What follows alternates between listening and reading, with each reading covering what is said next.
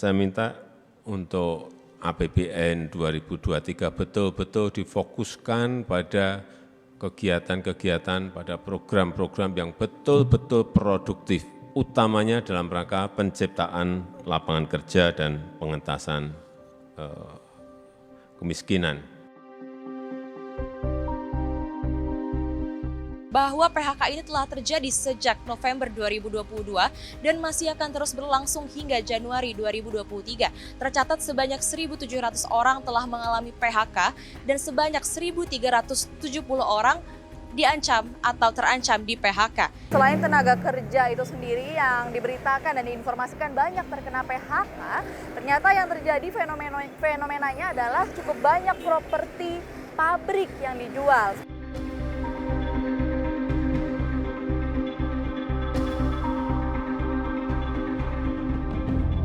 Seperti kata Pak Jokowi yang berharap APBN di 2023 berfokus pada kegiatan produktif yang mampu menciptakan lapangan pekerjaan. Bisa dikatakan ini merupakan arahan, impian, atau juga resolusi di awal tahun, sebagaimana yang juga dilakukan oleh masyarakat pada umumnya.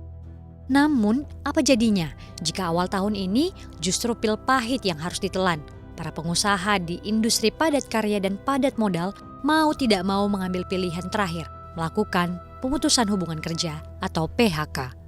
Seperti apa jerit para buruh dan karyawan yang harus meredam resolusi dan mimpi saat kebutuhan hidup sehari-hari saja mulai terancam karena tidak memiliki pekerjaan. Pekan ini PHK masih menjadi topik hangat yang harusnya berhenti dibicarakan.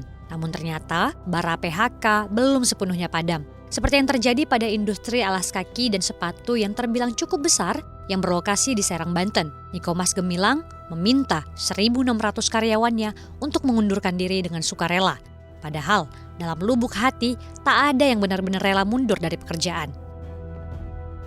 Ya, menanggapi isu yang berkembang terkait pengunduran diri sukarela ya Mbak, itu benar, kita ada pengunduran diri secara sukarela dengan kuota 1.600. Kalau kenapa kita melakukan itu, yang pasti kita nggak serta-merta tiba-tiba hari ini langsung melakukan program itu. Pasti kita udah melakukan kayak semacam program-program yang tidak inginlah terjadinya pengunduran diri ini, seperti kayak pengurangan jam kerja, terus juga pengambilan cuti khusus, terus juga kita tidak ada rekrutmen lagi, stop lembur, kayak gitu-gitu udah kita lakuin semua selama 3 bulan terakhir.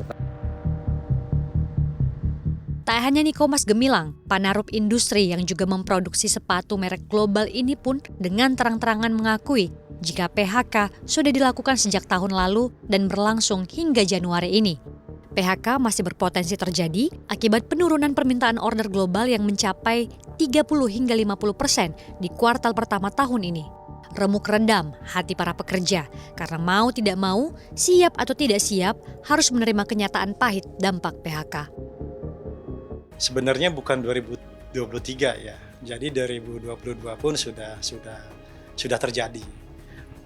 Kalau tidak salah di bulan November kami sudah diajak bipartit bahwa akan ada terjadi PHK dan memang sudah dilakukan.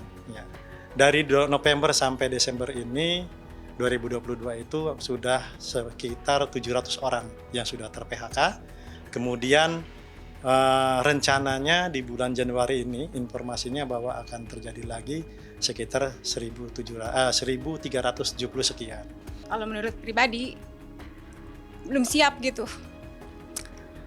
Ya masih banyak keperluan di luar. Mungkin karyawan lain juga merasakan kayak gitu.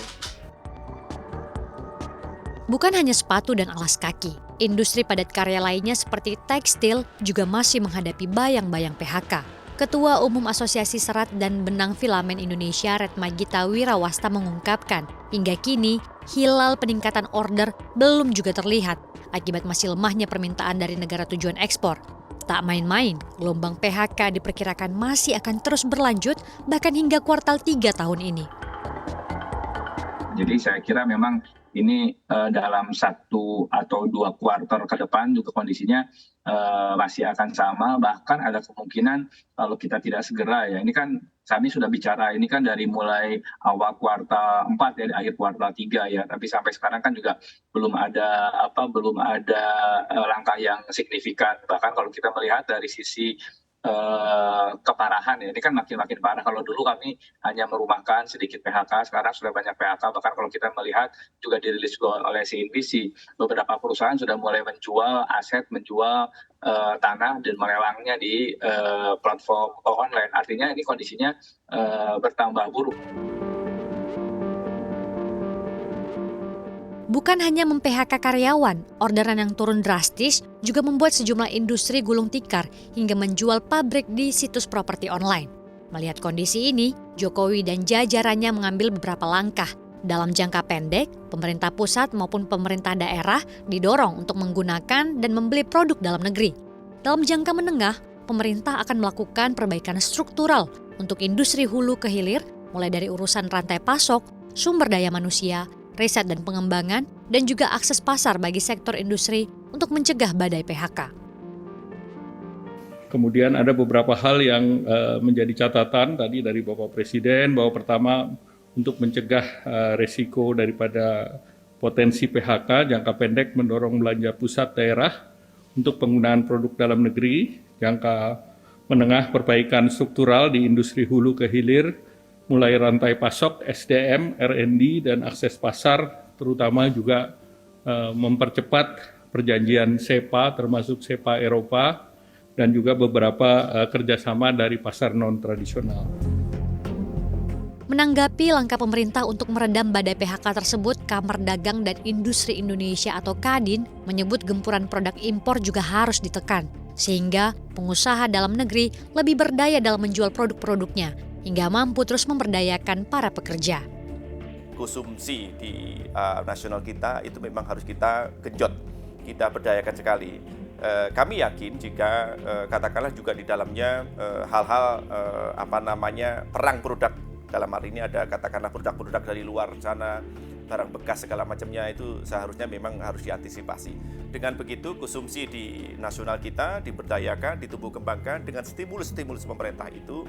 Dengan begitu jadi semua produk dalam negeri nggak usah terlalu banyak orientasi ekspor, itu sudah laku. PHK tak bisa dipandang remeh karena akan sangat mempengaruhi tingkat kemiskinan di tanah air. Di tengah bayang-bayang resesi, peran maupun sinergi pemerintah, pengusaha, dan stakeholder terkait justru menjadi sangat krusial untuk memastikan pekerja Indonesia tetap memiliki kesempatan mempertahankan pekerjaannya. Apakah PHK bisa diredam di tahun ini? Entahlah. Namun, seperti resolusi awal tahun orang-orang pada umumnya, semoga industri manufaktur bisa tegak berdiri dan para pekerja tetap bisa menyambung hidupnya.